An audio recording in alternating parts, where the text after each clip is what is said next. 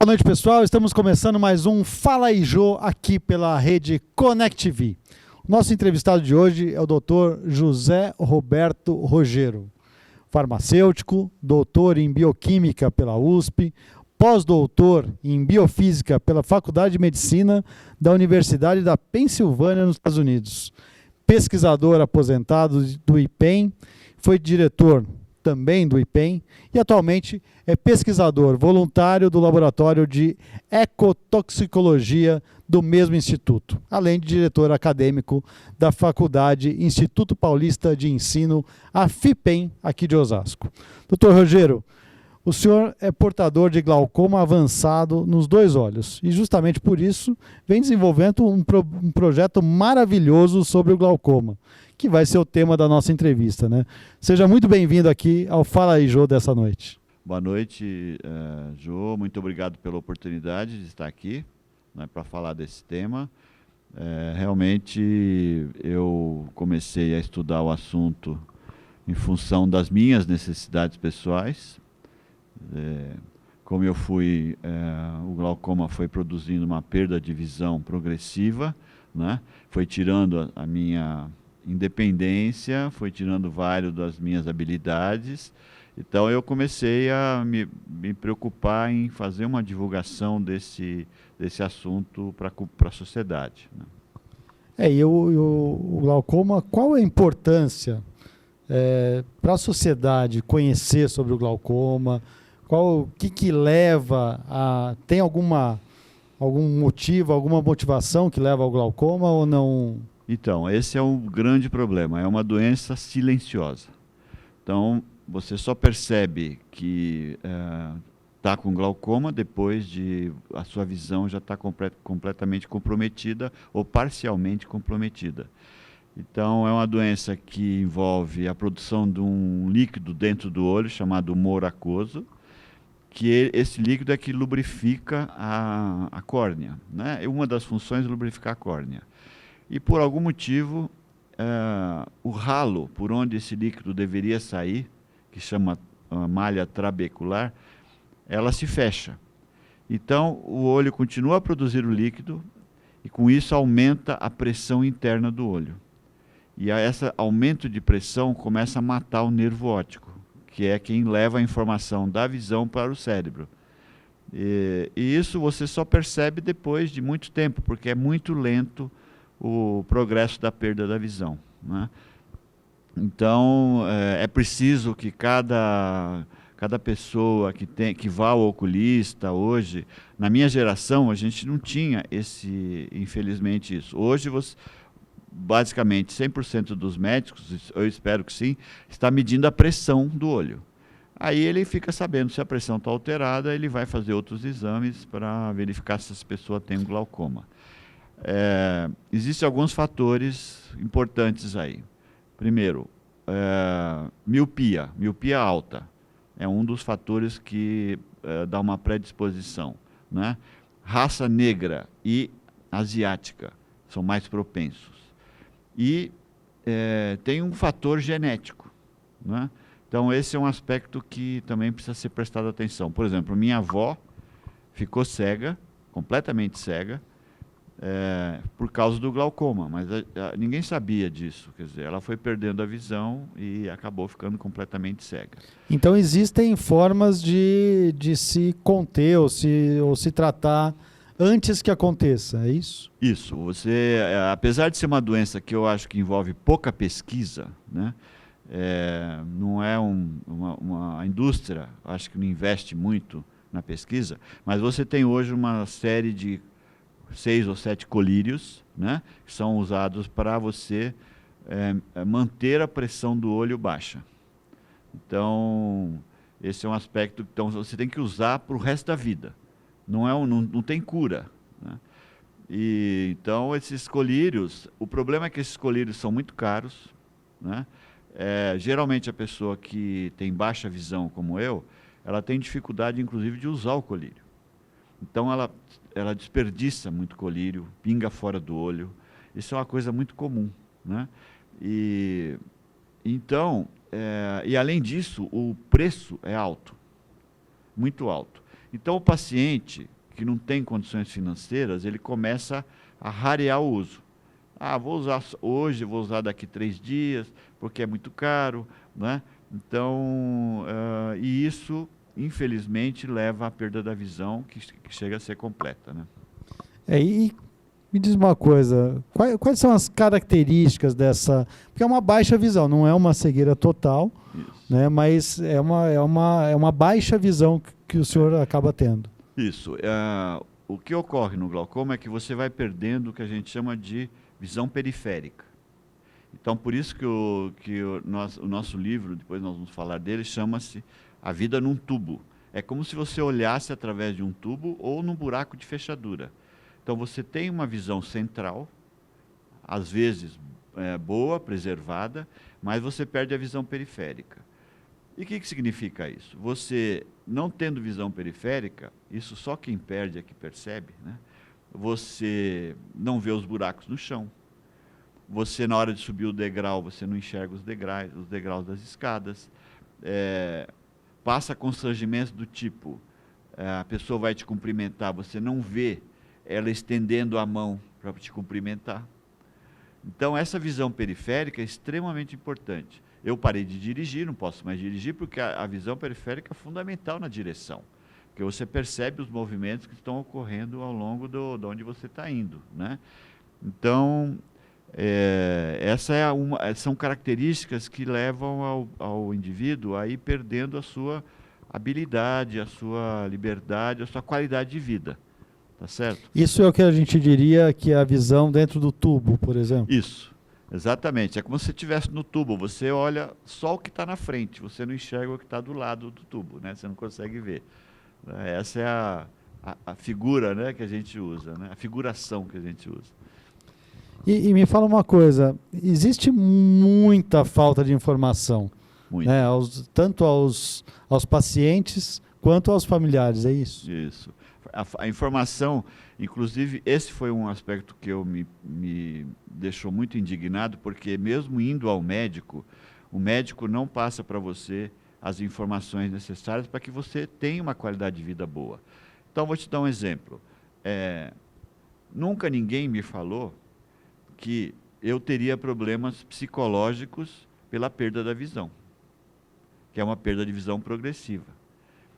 Então, essa é uma coisa que me preocupou, tanto é que nós estamos colocando no livro, a doutora Daiane, né, vai estar escrevendo um capítulo sobre só esse aspecto. Outra coisa, existem soluções tecnológicas, mas isso não é informado para o paciente. O médico te examina, fala, você está pingando colírio? Tá, tudo bem. Medimos a pressão? Tá, tá boa, tá estável, continua assim. E vai embora. Então, não existe um apoio, né? Um grupo de apoio que pudesse dar para você, olha, é o seguinte, você perdeu a visão periférica, mas existem soluções tecnológicas. Você pode aumentar o contraste, você pode, você aumentando o contraste, você já enxerga várias coisas que você não enxergaria antes. Você tem que ter muita iluminação, né? Um outro exemplo clássico, você vai num restaurante à luz de velas. É muito romântico, mas eu não enxergo a comida, certo? Então, como é que eu vou num restaurante ultra chique, né, sem poder enxergar nem o cardápio e nem a comida?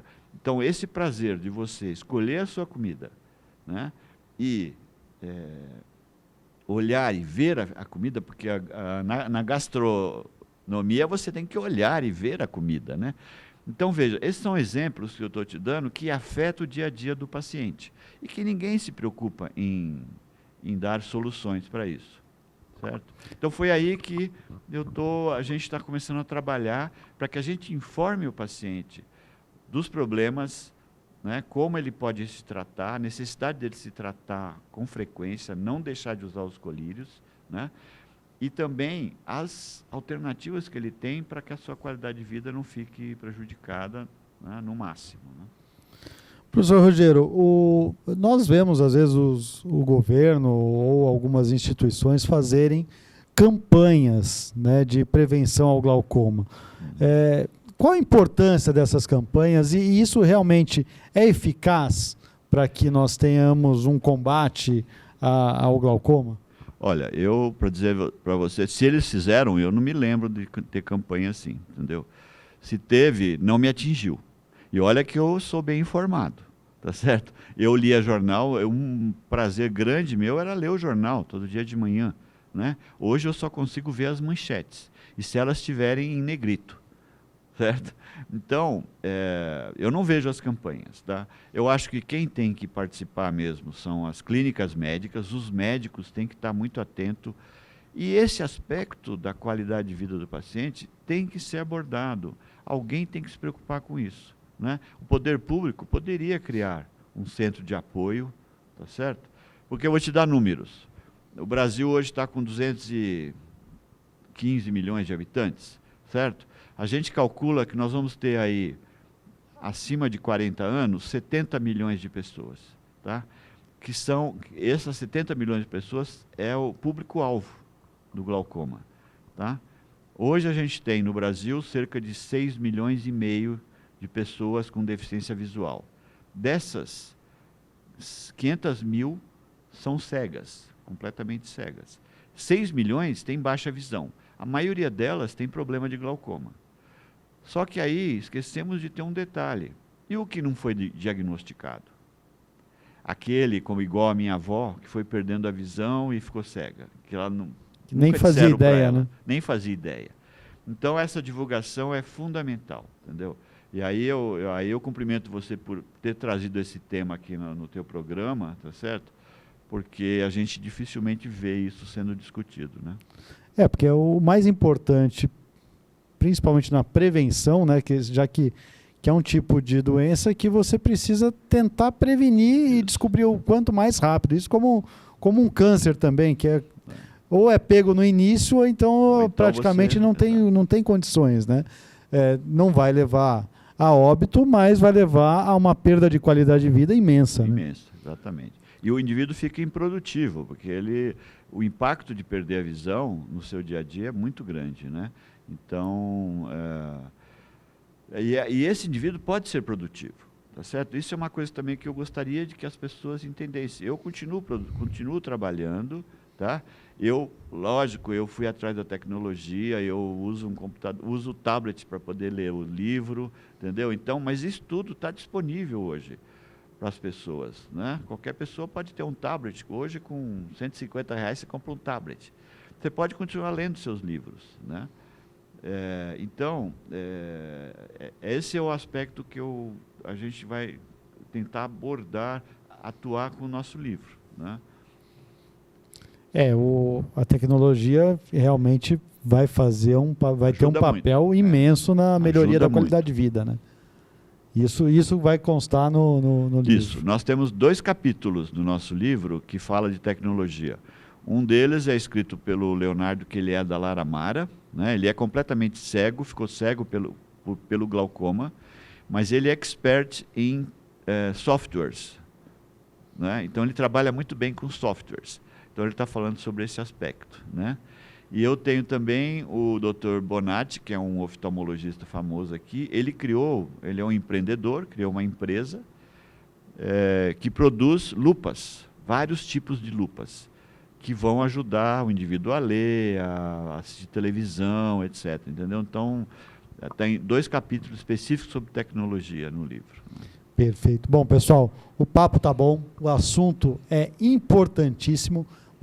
Nós precisamos fazer uma pequena pausa para os nossos comerciais e já a gente volta com o Fala aí, Jô, dessa noite com o Dr. José Roberto Rogero.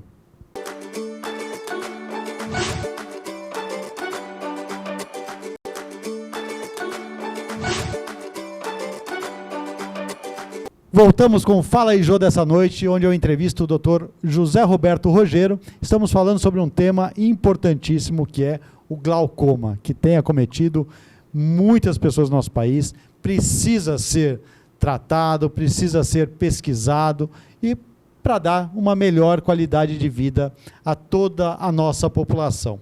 Bom, o Dr. José Roberto tem falado aqui, falou no primeiro bloco sobre o livro, e o que é o livro que o senhor está falando, senhor doutor? Então, Rogério? como eu percebi que falta informação, né, para a comunidade, eu comecei a trabalhar nesse aspecto, são 7 capítulos, convidei essas 7 pessoas para escrever o livro. Nós vamos fazer um livro dedicado às pessoas de baixa visão, e nós não podemos esquecer dos familiares, porque o glaucoma afeta também os familiares, né? A pessoa que vive do lado do paciente, né? Que ele passa a depender dessa pessoa para muitas coisas, né? Então, esses 7 capítulos, ele tem a função oferecer informação, tá? Nós vamos fazer um livro com letras grandes, tá? Vamos ter um audiobook associado no livro, e aí nós vamos falar desses aspectos que nós comentamos aqui. Vamos ter um capítulo sobre a doença, o que é a doença.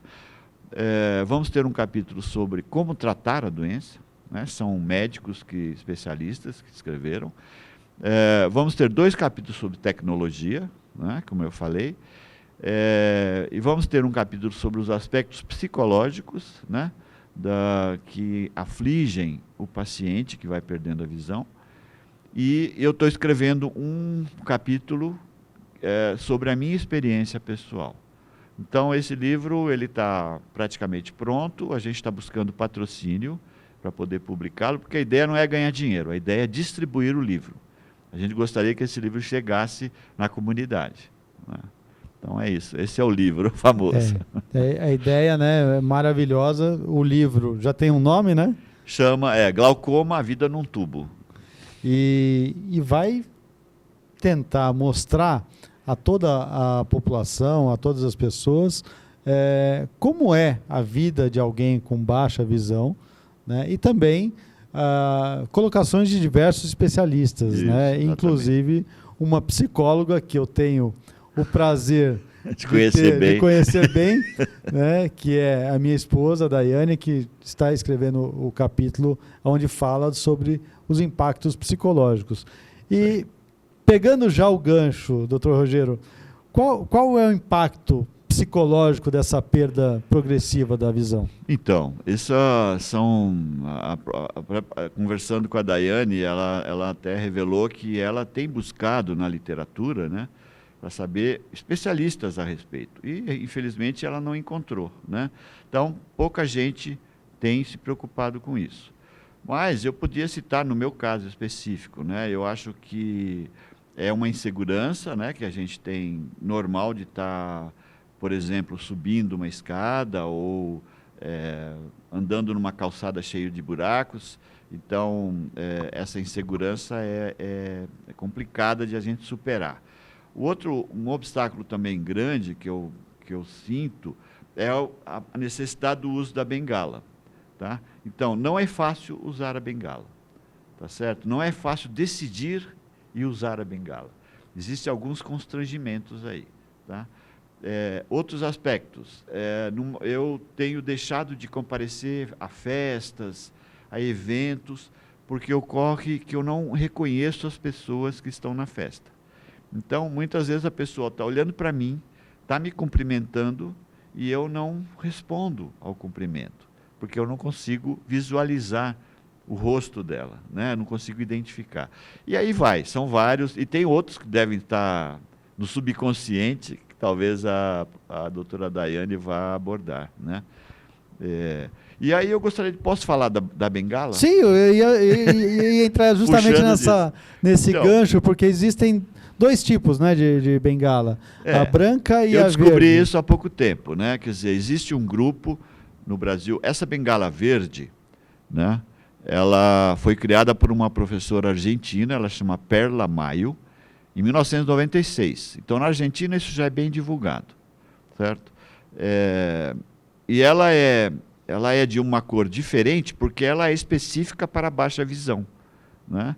Então, essa divulgação também precisa ser muito feita no Brasil, porque, veja, o indivíduo que tem baixa visão, ele tem condições de enxergar determinadas coisas.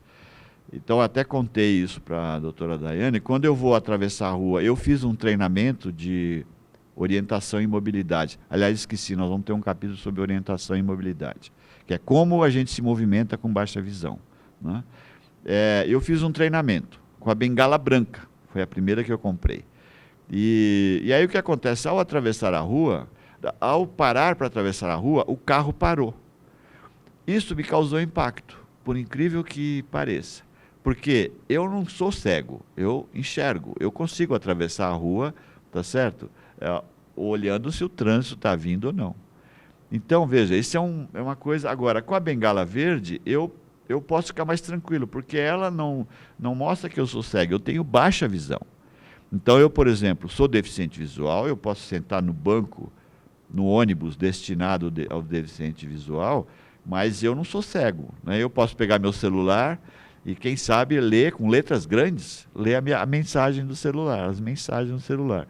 Então, é importante que a população saiba a diferença entre as bengalas, né? A branca é do cego, aquele que não consegue ver nada, e a verde, né, não é uma bengala dos palmeirenses, é uma bengala para aqueles que têm baixa visão, tá certo? E é importante que a população também tenha acesso a essa informação, para que não ache que o senhor esteja tirando o sarro da cara deles. Isso, que eu esteja uma fraude, né?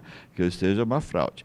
Sobre a bengala, é bom dizer que existe um grupo no Brasil que chama Bengala Verde, é um grupo no Facebook, tá? Então, quem tiver interesse, inclusive eu comprei a bengala lá, tá? Você pode comprar a bengala lá. Basta entrar no Facebook e colocar Bengala Verde, é um grupo de apoio, tá? E você se cadastra, você liga lá e eles te mandam na sua casa a bengala, tá? Então, é uma forma de você... É o único lugar que eu vi que vende a bengala. É possível você comprar a bengala por enquanto, né? Então, gostaria de falar dela também, porque isso foi um impacto muito positivo, inclusive psicológico para mim. O fato de eu estou andando com ela, quando eu vou em lugar onde eu não conheço, eu tenho que usar a bengala, tenho que caminhar com ela, né?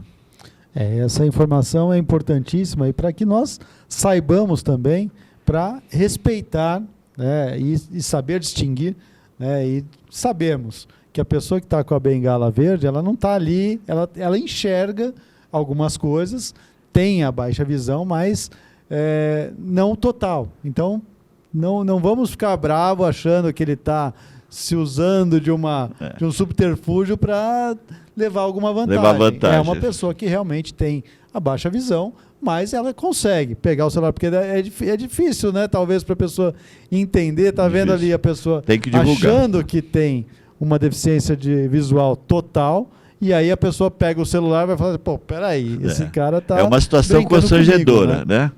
Agora, só o fato da bengala ser de outra cor, já a própria comunidade em torno já começa a achar que é uma coisa diferente. Fala, opa, é verde, deve ser algum motivo, né? Então aí, se for o caso, a gente explica, porque é uma bengala, eu tenho baixa visão, eu uso a bengala para me orientar, para caminhar, mas eu enxergo, eu tenho uma visão central ainda preservada e tal.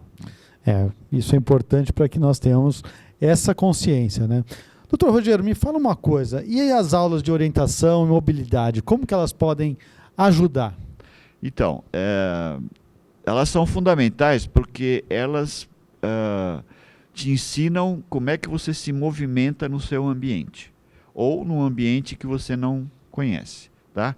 Então, por exemplo, como você usa as mãos, né? Como você... uma coisa muito comum é a gente deixar cair alguma coisa no chão. Caiu o meu remédio, tá? Ou caiu a minha chave. Então, você... nas aulas de orientação, você aprende a prestar atenção no som. Então, ela caiu no local, eu ouço o som e eu falo, olha, está por aqui. Então, com a mão, eu consigo localizar a minha chave. Quando eu entro no ambiente, numa sala, né, que eu não conheço, então eu tenho que me orientar pelas paredes, usando as mãos e a bengala, certo? Então, essas aulas, e a orientação em mobilidade também ensina você a usar a bengala, como se usa a bengala, né? Não é só sair por aí com a bengala na mão, é preciso uma certa orientação, como você movimenta a bengala no chão, né? E identifica os obstáculos, né? Principalmente para quem tem baixa visão, o risco de cair é grande, porque você não enxerga buracos na calçada, né? Eu, por exemplo, levei um tombo ali onde eu moro, que você sabe, nós moramos no mesmo bairro, tem calçadas muito boas, né? Mas tinha um buraco ali, tá? Eu pisei no buraco e caí e me machuquei meus joelhos e tal. Então, eu não estava com a bengala nesse momento. Mas a bengala vai ajudar, as aulas de orientação e mobilidade vão ajudar o indivíduo a fazer isso. Como a gente consegue aulas de orientação e mobilidade? Tá? Essas instituições como a Laramara, né, são instituições que prestam serviço, né, para a comunidade, né, sem fins lucrativos. Você liga lá na Laramara, existem professores, né, e eles, então, você pode contratar esses professores para te dar essas aulas ou comparecer lá na Laramara e ter essas aulas lá mesmo. Entendeu? Então é possível isso ser obtido, né? É fundamental, essas aulas são fundamentais. E é importante até para elucidar, né? Porque a pessoa que tem uma cegueira total, ela acaba desenvolvendo outras coisas que o senhor com a baixa visão acaba não tendo tanta necessidade, né? Isso. Então eles conseguem, mesmo sem enxergar totalmente, eles conseguem se locomover pelo som, às vezes a própria sensibilidade, onde está uma parede, alguma coisa, é mais fácil para eles, né? Desenvolve os outros sentidos, né? Coisa que a gente, como a perda, esse é um aspecto ruim, né? A perda é progressiva lentamente. Então, se de repente você perder 50% da sua visão, você vai começar a se preocupar, a se preparar. Mas não é, você vai perdendo aquilo lentamente, e então você não está preparado nunca, né? Seu sentido, seu ouvido, a sua audição não está preparada nunca para aqueles momentos, né? E aí então, a hora que vem de uma vez. A hora que vem de uma vez, né? Isso deve ser complicado, né? Mas o senhor tem essa força de vontade, esse trabalho de querer mostrar à sociedade, tudo isso o senhor está de parabéns. Eu acredito que é realmente por aí, porque às vezes são coisas novas que a nossa população não está acostumada, né? É verdade. Agora, doutor Rogério, me fala uma coisa. O senhor tem informações de como que funciona fora do país? Existe uma consciência maior ou é a mesma coisa? É uma novidade no mundo inteiro? Como eu te falei, o glaucoma é uma doença que a gente chama de doença negligenciada. Quer dizer, então tem pouco investimento, né, em função do público-alvo aí, né, e a gente não sabe muito bem por que as empresas não estão investindo. Porque, só para te dar um dado, nos Estados Unidos, o mercado de colírios, né, é da ordem de 2 bilhões de dólares por ano, tá certo? De dólares por ano. Então, é um dinheiro razoável, é um mercado grande. Então, eu não sei se é porque o mercado é tão grande que as empresas não investem para solucionar o problema, né? Elas preferem manter o mercado cativo, né? Mas, de qualquer forma, é preciso investir um pouco nessa doença, porque, como eu te falei, eu percebi no meu dia a dia que não é só o aumento da pressão. A gente devem existir outros fatores fisiológicos que interferem nessa perda da visão, nessa destruição das células do nervo óptico, entendeu? Então e agora, na Argentina eu sei que a bengala é bastante divulgada, nos Estados Unidos a população, eu não sei se eles trabalham com essa bengala verde lá, não tenho essa informação, mas eu diria que essa população, são maioria de idosos, né, na verdade, não são muito bem atendidas nos países em geral, né? Maravilha. Doutor Rogério, nossa entrevista está chegando ao fim. Queria que o senhor deixasse a sua mensagem para todos os portadores do glaucoma, mas também para aquelas pessoas que convivem, para os familiares, para que possam identificar também, possam trabalhar o seu lado psicológico, porque o senhor acabou de falar que realmente é um problema grave, né, trabalhar esse lado psicológico. As pessoas às vezes podem perder até a vontade de viver. Motivação, né? Sua mensagem. Eu diria para as pessoas que preste atenção nos detalhes, né? Primeiro, vá ao médico periodicamente, no oftalmologista. Ele vai, hoje é praticamente rotina, medir a pressão intraocular. Então, com a medida da pressão, é possível saber se esse paciente está com a pressão alterada. O médico, então, vai fazer um exame específico, que é o exame de campo visual, e através desse exame já se diagnostica, e olhando o fundo do olho, você olhando o nervo óptico, você percebe que ele está sendo escavado, que ele está sendo destruído, né? Então, o que a pessoa tem que fazer é prestar atenção nos detalhes, né? Como eu disse, você vai perdendo a visão periférica, tá? Então, um fato importante, por exemplo, se você começa a derrubar o copo de água na mesa, né? O vinho no restaurante, né? Sem querer, é que você está perdendo essa visão periférica. Então, é importante consultar o seu médico e usar os colírios regularmente, tá? Infelizmente, eles não são oferecidos pela rede pública, né? Mas existem colírios, dependendo do paciente, existem colírios mais baratos, né?